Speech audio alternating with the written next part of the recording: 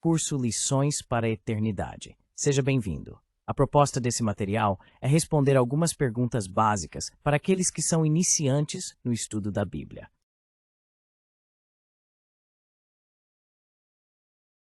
A Bíblia é confiável? Segunda parte.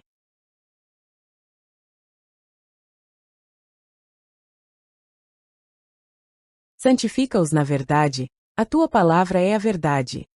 João capítulo 17 verso 17. Na primeira parte de nosso estudo encerramos com essa citação. Nas palavras do próprio Cristo, a Bíblia é a verdade expressa por Deus. Essa afirmação é importante, pois não devemos ver a Bíblia como mais um livro, e sim como o livro, pois ela foi planejada, inspirada e escrita com o objetivo de revelar a Deus e seu plano para a humanidade. Nos próximos momentos iremos estudar como isso é possível.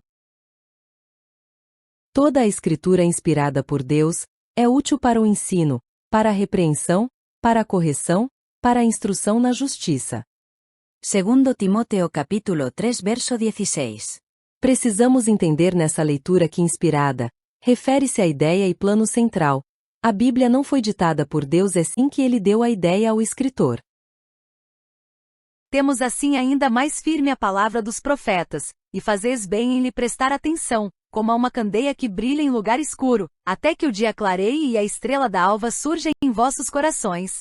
Segundo Pedro capítulo 1 verso 19. A Bíblia tem a função de ser luz para iluminar o nosso foco em relação às coisas que nos rodeiam, para assim não tropeçarmos. Muito do que o mundo produz é inútil, ou pelo menos uma distração. Podemos andar em círculos a vida toda sem encontrar o objetivo correto. A tua palavra é lâmpada para meus pés, e luz para o meu caminho. Salmo capítulo 119 verso 105. Novamente neste verso, é trazida a nós a analogia da palavra como luz. Permita-me criar uma imagem em sua mente. Feche os olhos, tente imaginar-se numa sala completamente escura, sem um único raio de luz. Nosso cérebro irá travar, você não conseguirá nem caminhar, pois se erguer a perna para dar um passo, seu cérebro não poderá fazer o cálculo de onde o pé deve aterrissar. Então você cairá. Para andar você terá que arrastar os pés. A Bíblia neste texto é a luz para seus pés em meio à escuridão que nos cerca. Lembre-se disso. Qual o prazo de validade da Bíblia? O céu e a terra passarão, mas as minhas palavras jamais passarão.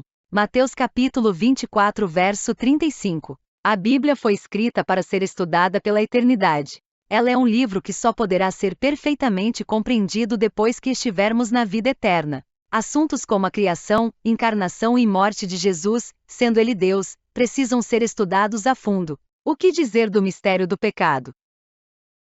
Como posso entendê-la? Porque é mandamento sobre mandamento, mandamento mais mandamento, regra por regra, regra sobre regra, um pouco aqui, um pouco ali. Isaías capítulo 28 verso 10.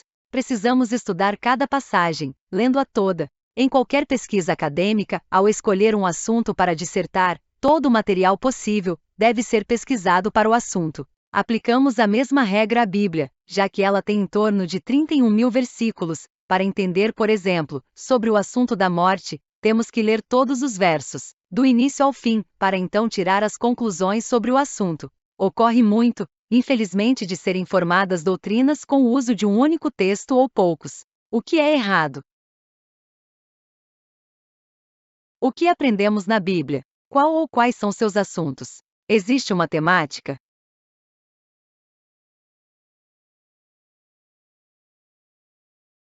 Ele lhes disse: a vós é dado saber o mistério do reino de Deus. Marcos capítulo 4 verso 11. Precisamos saber como é o reino de Deus, para assim nos prepararmos para estar nele.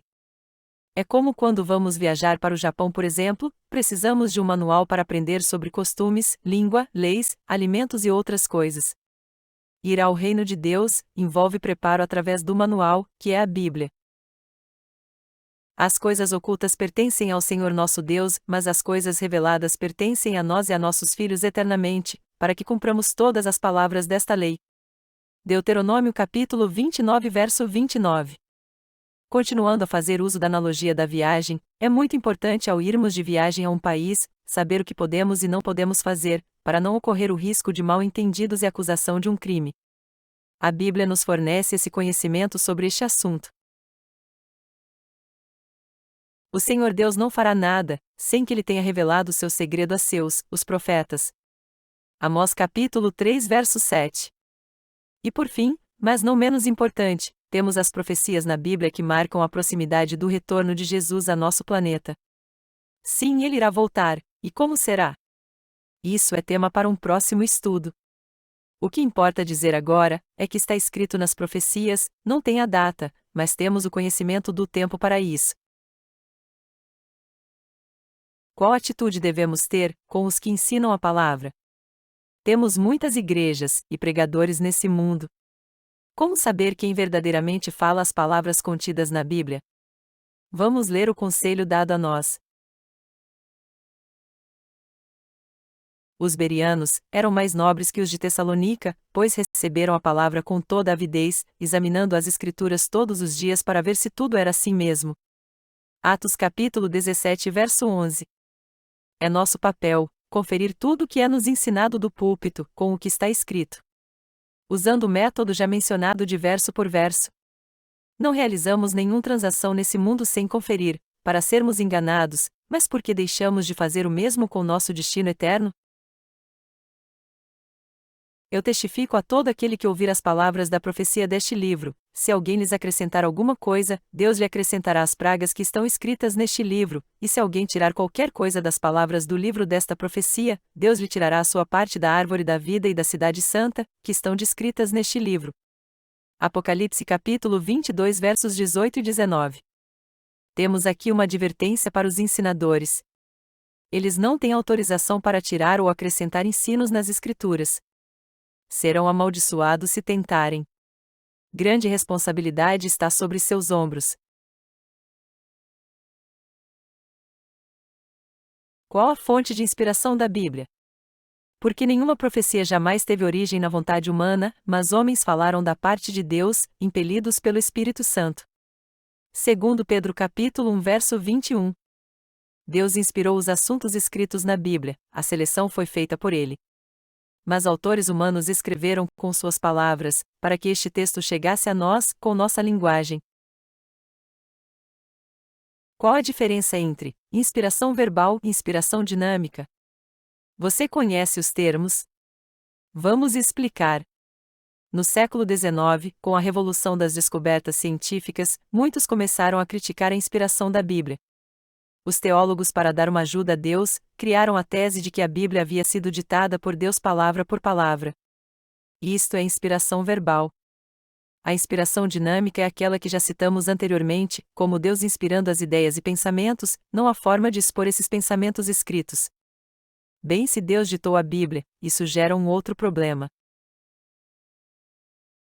A Bíblia contém erros? Baseado na teoria da inerrância bíblica, ou seja, Deus ditou toda a Bíblia, então ela não pode ter erros.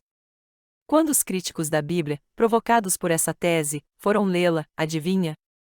Sim, encontraram erros. Como escrito em 1 Coríntios capítulo 10 verso 8. E não forniquemos, como alguns deles fornicaram, e caíram num dia 23.000. Essa citação de Paulo refere-se a um evento ocorrido em Números capítulo 25 verso 9. E os que morreram daquela praga foram 24.000. E agora? Bem, Paulo está pregando, e fez uma citação improvisada e acabou que errou em menos 1.000 pessoas. Se Deus ditou os textos, então Deus está senil. Mas quando lembramos que a Bíblia não foi ditada, não há nenhum problema aqui. Pois aqui importa o princípio: a fornicação é pecado. O número de mortos está em segundo plano. Não afeta a doutrina. Vamos ao próximo texto. E, tendo chegado ao outro lado, a província dos Gergesenos, saíram-lhe ao encontro 2 endemoninhados, vindos dos sepulcros tão ferozes eram que ninguém podia passar por aquele caminho. Mateus capítulo 8 verso 20. Mateus cita um milagre de Jesus, e diz que 2 homens foram curados de suas possessões demoníacas. Marcos, citando o mesmo milagre, tem uma versão diferente. E chegaram ao outro lado do mar, a província dos Gadarenos. E, saindo ele do barco, lhe saiu logo ao seu encontro, dos sepulcros, um homem com espírito imundo. Marcos capítulo 5 versos 1 e 2. Em Lucas capítulo 8 versos 26 e 27 confirma a versão de Marcos. Eram gergesenos ou gadarenos? Eram dois ou um homem? Quanto à procedência, gergesenos ou gadarenos são nomes sinônimos. Exemplo Florianópolis ou dizer Floripa, que é uma gíria. Quanto a ser dois ou um homem, com certeza o relato de Mateus está certo. Mas no caso de Marcos e Lucas eles resolveram relatar só um, porque este foi o que ficou com Jesus e queria ir com ele. O outro foi embora. Lucas e Marcos acharam por bem contar a história desse outro que ficou. Então não temos problema doutrinário aqui. Aqui temos mais um problema de informações. Precisamos lembrar que o que foi escrito nessa placa foi feito nas línguas latim, grego e hebraico. Mateus capítulo 27 verso 37 diz: Este é Jesus, o Rei dos Judeus. Marcos capítulo 15 verso 26 diz: O Rei dos Judeus. Lucas capítulo 23 verso 38 diz: Este é o Rei dos Judeus. João capítulo 19 verso 19 diz: Jesus Nazareno, o Rei dos Judeus. Em comum todos dizem: Rei dos Judeus. Este é o fato. Pilatos quis fazer piada com os judeus, e a placa foi o seu jeito de dar a última palavra, já que não conseguiu libertar o Cristo. Estes erros não afetam nenhuma doutrina bíblica, o fato aqui é que Jesus morreu na cruz. Uma última evidência da inspiração da Bíblia. A Bíblia possui 31.102 versículos. Sabe qual é o versículo central dela? Salmo capítulo 118 verso 8. O Salmo 118 encontra-se após o menor capítulo da Bíblia, o Salmo 117 e antes do maior capítulo da Bíblia, o Salmo 119. É melhor refugiar-se no Senhor do que confiar nos homens. Aqui está o resumo do propósito da Bíblia. Com essa promessa, chegamos ao fim desse estudo. Em nossa próxima aula estudaremos a nossa maior esperança. Não deixe de assistir ao vídeo complementar dessa aula. O link está na descrição.